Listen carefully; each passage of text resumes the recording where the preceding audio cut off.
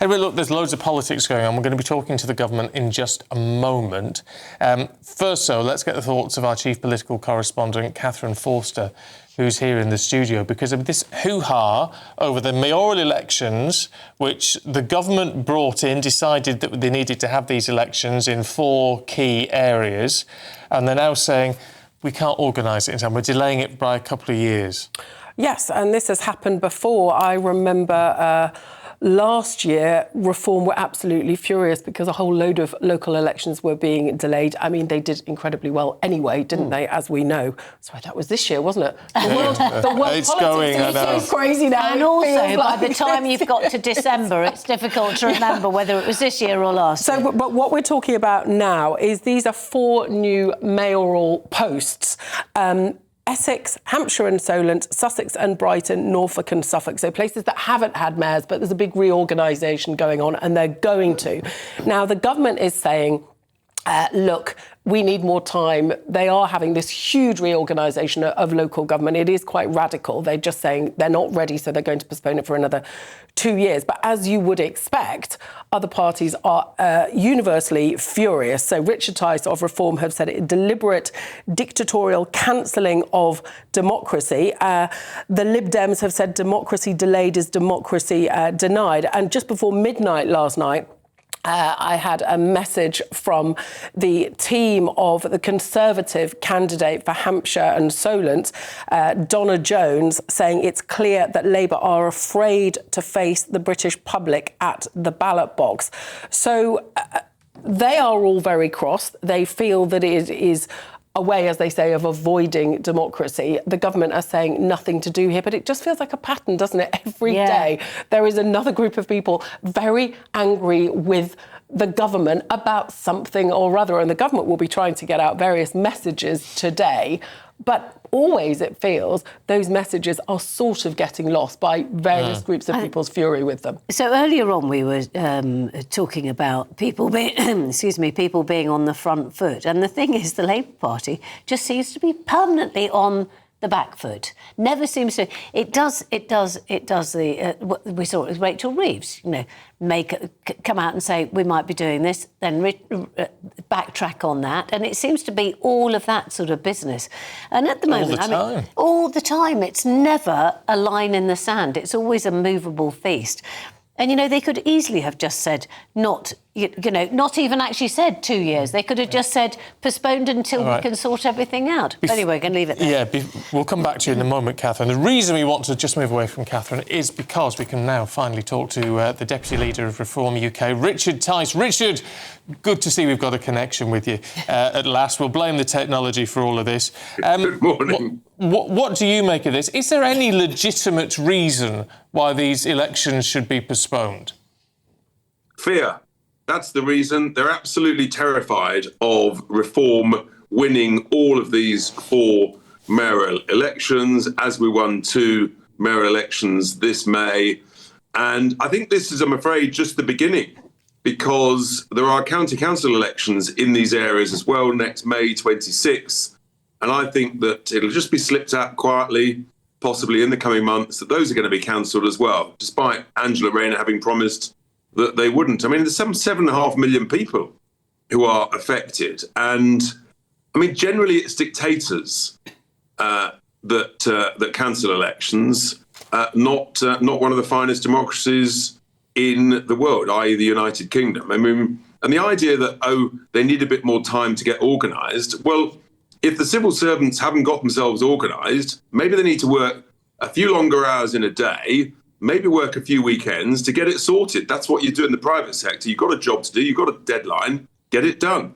Yeah, but the thing is that we all know, don't we, Richard, that if this actually is the reason, and I know you suspect that it isn't, but if this actually is the reason, and if it was chaos in May with the mayoral elections, then everybody be on the warpath again, saying that they couldn't organise a drinking session in a brewery. So if you look at it that side, and so much of we know that a lot of politics is more a mess up than a conspiracy. That could be it. Well, if it's really that difficult to organise it for May the 7th, okay, maybe we could negotiate a 2 or 4 week extension. Fine. But the idea that you need a 2-year extension is clearly nothing to do with we're not quite ready, Gov. It's all to do with we're terrified of the progress of reform. They're winning by-elections week in, week out in Labour heartland areas like Sunderland, as we saw just last Thursday. And they're actually conspiring with the Conservatives, where you've got council leaders from the Tory party who are writing to the government saying, please delay our own elections. I mean, it's horrendous, but it's sort of laughable in a strange way as to just what's going on here. It's literally turning a democracy into a dictatorship.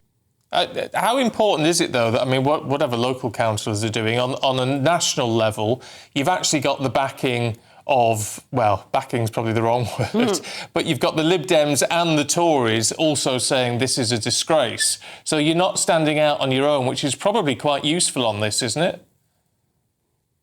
Yes, obviously, in that sense, they're attacking this. None of us are buying the excuse here. This is just a government that is doing really badly in the polls, really badly, week in, week out in the by-elections, and it's terrified of another massive car crash next May after the car crash of the budget last week. Can you tell us about this donation we've talked about earlier on? This is a £9 million donation from the aviation entrepreneur Christopher Harborne. Literally, just coming on air, I've been in meetings all morning, so that's sort of the. I was just hearing about it fresh. If that's true, then that's an extraordinary declaration of faith in Nigel's leadership, in reform, in our potential and our growth. It would be remarkable. So. I mean, it could turn things around. I mean, you're riding high in the polls, but it could make a significant difference, that sort of money, couldn't it? Of course, every political party is always out fundraising, and that could help us hugely over the coming years, and would be a fantastic base level of funding from which to continue to grow and succeed. Absolutely. Using the internet without a VPN, a virtual private network, is a bit like taking to the road without car insurance. All it takes is one unlucky moment to cost you a lot of cash. This video's sponsor is Private Internet Access. They are the VPN to help keep you safe. Click the link in the description below to find out why over 30 million people have downloaded PIA to protect themselves online. A virtual private network is an app that hides your IP address and helps keep your data private. When you're browsing the internet at home, you give up a large amount of data to businesses, to shops, and indeed to social media giants too. Hackers have the ability to steal your personal data with ease, including sensitive information such as passwords, keystrokes, and even your personal photos. Private Internet Access helps protect your personal data by encrypting your internet connection to keep your data out of the hands of cyber criminals. And it's not just hackers either to be concerned about. Information can be censored too. When Canada passed their C18 bill, social media giants decided to ban news content on their platforms. But PIA can protect your ability to consume the news and content you love. Private Internet Access is available for Windows users, Mac OS, Android, Linux, iOS, and you can use one PIA subscription to protect an unlimited amount of devices. And we've got a huge GBNews discount for you too. Click the link in this video's description and you'll get a massive 83% off PIA. That's under £2 a month, the price of a coffee, and you'll get an extra 4 months completely free on top. Also, there's a 30-day money-back guarantee too. Visit piavpn.com/GBnews to start protecting yourself digitally today.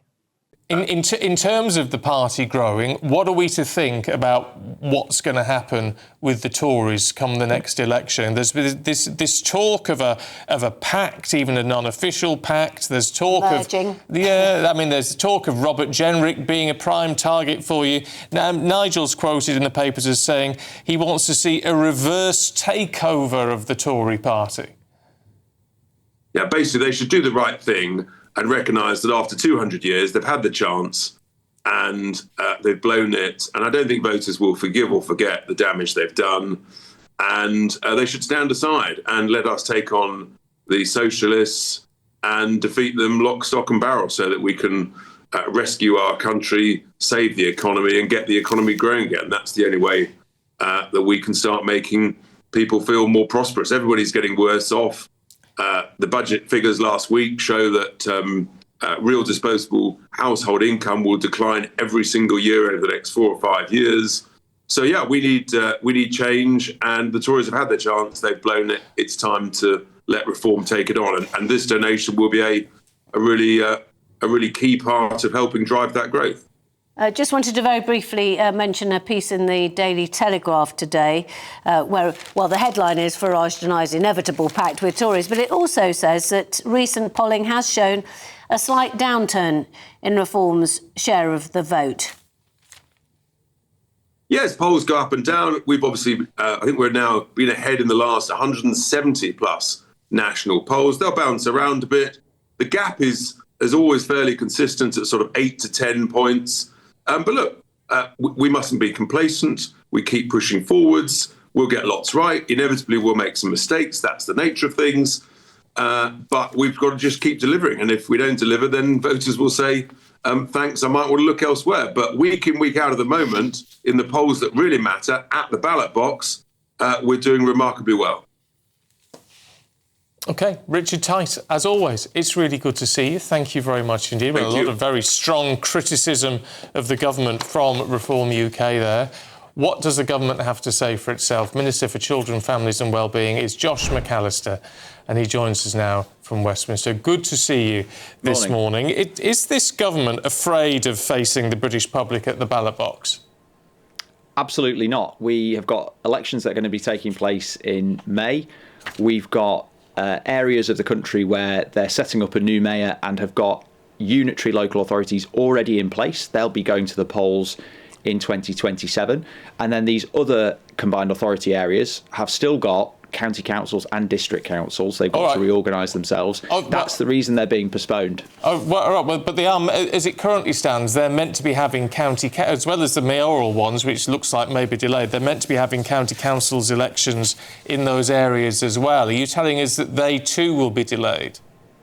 I don't know the detail of that, but basically what we've got the country moving towards now is a UK-wide parliamentary elections, a general election. There'll be strategic authority mayoral elections covering large parts of England, and then there'll still be councils. So there'll still be unitary local authorities that are going to the polls. Some of those will be going to the polls in this coming May, and then there'll be a combination of local authority and mayoral elections in 2027 and 2028. I do have to say the hypocrisy of Reform and the Conservatives criticising the government when it's trying to roll out devolution properly, having blocked Parliament having its say numerous times with prorogation back in 2019 is pretty staggering, and we won't take any lectures from either of them on that. Right, so just to sort of crystallise this then, so some of the polls, some of the going to the polls will in May next year will not happen. Is that right? And then the mayoral vote will happen either next year or the year after. Is that right? Is that what you're saying? Sorry. So we've got new mayors being set up across the country. Some of those mayors will be in areas where the local authority, the council that sits below the mayor's role, hasn't yet been reorganised because they're still in this old-fashioned system of having a district council and a county council.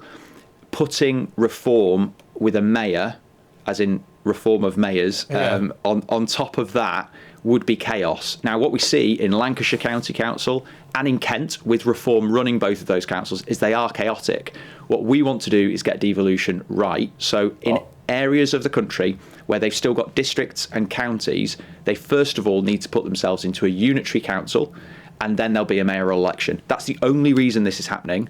And as I say, it's pretty staggering, the hypocrisy from Reform on this. But forgive me, by the time it gets round to May next year, you will have been in power for basically 2 years. You've had 2 years to work on this, to get, you know, and to get all these reforms through and for these councils to all get changed. You're saying it's going to take, we've got to have another 2 years to sort it all out. I mean, some of these people could have been in power for 6 years, longer than a parliamentary term, by the time the local people get to have their say. That's not democratic. Well, look, I really don't agree or accept the premise of that question. You know, the last government had 14 years to sort devolution out, and they introduced a tiny number of new mayors. They've been really successful, but a tiny number. We are rolling out a revolution in devolution across this parliament, but it will take this parliament to get those changes rolled out. We're doing it in dozens of parts of the country. And of course, I was just going to interrupt Josh, because I know we're against the time, but I was just thinking, you know, if you knew that it was going to be this complicated, why on earth say that you were going to do it at a particular time? Why not actually, or right at the beginning, say, and it won't be happening until we sort everything out, and that's possibly going to be 2028? Because look, if you're serious about devolution, part of the deal here is that local areas need to get themselves ready and step up with their own responsibilities. That means councils taking their time to figure out how they get themselves from being districts and counties into unitary authorities. I represent a part of the world where we've been through local government reorganisation in Cumbria, so split Cumbria into 2 unitaries. That means that there will be a mayor elected in 2027. That's right and proper. But your viewers would be enraged with me and the government if we rush this through and caused major disruption to bin collection, pothole filling, children and adult social care. We need to get this right. That's why we're doing what we're doing. And the hypocrisy from reform on this is absolutely staggering. Yeah, but the problem is the people who are going to be absolutely enraged by this are people living in areas where they may or may not be happy with their local authority, but they are unable to have their say. Their democratic right is being removed. No, that's not right. Council elections will still happen. What we're postponing are mayoral elections. So that's where... But hold on, we asked you a minute ago whether the county council elections in these areas, Greater Essex, Hampshire and Solent, Sussex, Brighton, Norfolk and Suffolk, would definitely happen, and you said you can't guarantee that. Well, that's because of, sorry, this is getting really technical, but that's because of district and county councils merging into new unitary authorities and the dates that they pick for those elections. Like in Cumbria, for example, they had the election, but it operated in shadow form for a year before it was turned on as the new council. Step back from this for a moment. We're reorganising local government and strategic authorities as a country because everything's too centralised. That needs to be done with care, and it needs to be done methodically. That's all we're talking about here. People are still going to be going to the polls in May next year. They're going to be going to the polls in May the next year. We have local elections in this country all the time. That is not changing.